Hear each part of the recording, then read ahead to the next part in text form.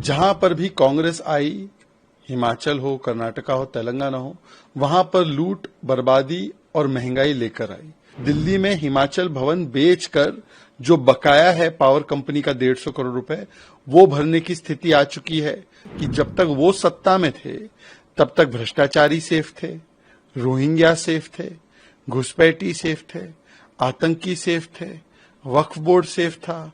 कांग्रेस जब तक है तब तक ना संविधान सेफ है ना और आरक्षण सेफ है, क्योंकि ये लोग आरक्षण छीन कर वोट बैंक को देना चाहते हैं। तो संविधान विरोधी सबसे ज्यादा अगर कोई है तो वही कांग्रेस पार्टी है जिसने इमरजेंसी लाकर संविधान को कुचला। यही कांग्रेस पार्टी का खटाखट मॉडल है। जहां पर भी कांग्रेस आई, हिमाचल हो, कर्नाटका हो, तेलंगाना हो, वहां पर लूट, बर्बादी और महंगाई लेकर आई। और लूट और बर्बादी इस प्रकार की छाई हुई है हिमाचल प्रदेश पर कि वहां पर सैलरी और पेंशन नहीं दे पा रहे टाइम से, वहां पर टॉयलेट पर टैक्स लगाया जा रहा है।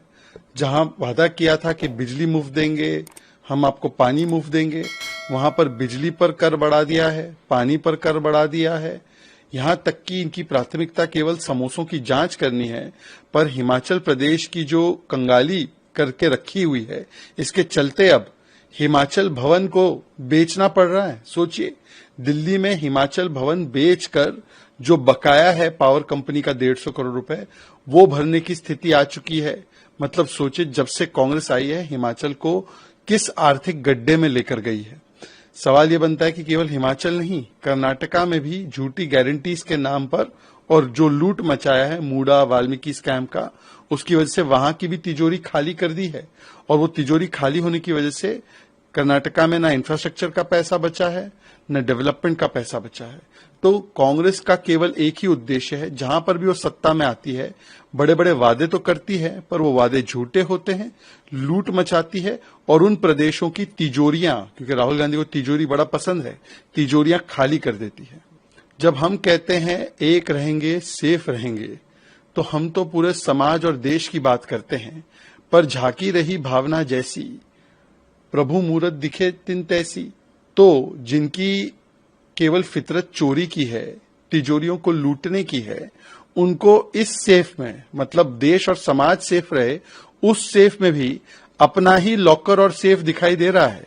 क्योंकि उन्हें पता है कि जब तक वो सत्ता में थे तब तक भ्रष्टाचारी सेफ थे, रोहिंग्या सेफ थे, घुसपैठी सेफ थे, आतंकी सेफ थे, वक्फ बोर्ड सेफ था, नोमानी जैसे शरिया लागू करने वाली बात करने वाले और वोट जिहाद करने वाले लोग सेफ थे। आज क्योंकि उनकी भ्रष्टाचार और परिवारवाद और लूट की राजनीति अनसेफ हो चुकी है, तो गली गली मोहल्ले मोहल्ले सेफ लेकर घूम रहे हैं। पर ये बताइए राहुल गांधी जी कि आपकी सेफ में है क्या? आपकी सेफ में केवल वोट जिहाद और केवल धार्मिक आधार पर आरक्षण देना, मतलब कि SC, ST, OBC समाज का आरक्षण सेफ नहीं है। कांग्रेस जब तक है तब तक ना संविधान सेफ है ना और आरक्षण सेफ है, क्योंकि ये लोग आरक्षण छीन कर वोट बैंक को देना चाहते हैं। वन नेशन वन इलेक्शन हो, UCC हो, ये सारी चीजें संविधान में लिखी गई थी और संविधान में इसका प्रावधान भी था। और संविधान जब लागू हुआ तब इन्हीं चीजों पर हमारे संविधान के निर्माताओं ने बात रखी थी। परंतु कांग्रेस पार्टी संविधान की खाली किताब लेकर महाराष्ट्र में घूमती है। वो संविधान तो करती है, पर संविधान विरोधी सबसे बड़ी कोई पार्टी है तो कांग्रेस है। जम्मू कश्मीर में 60-65 वर्ष संविधान लागू नहीं हुआ जब तक 370 था। आज जब संविधान लागू हुआ और वहां के मुख्यमंत्री ने भारत के संविधान पर शपथ ली, वहां पर वाल्मीकि समाज को आरक्षण मिला, तो विरोध कौन कर रहा है? कांग्रेस और NC। महाराष्ट्र में जो संविधान की बात करते हैं, वहां पर नोमानी के साथ बैठकर वोट जिहाद की बात करते हैं, संविधानिक है।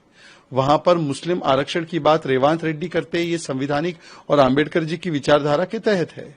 तो संविधान विरोधी सबसे ज्यादा अगर कोई है तो वही कांग्रेस पार्टी है जिसने इमरजेंसी लाकर संविधान को कुचला।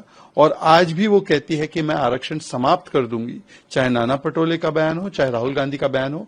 और संविधान विरोधी, दलित विरोधी, आंबेडकर विरोधी अगर कोई है तो एक कांग्रेस पार्टी। अभी तो उनके नेता नितिन राउत ने भी बोला कि जय भीम बोलने पर उनको मंत्रालय से निकाल दिया गया।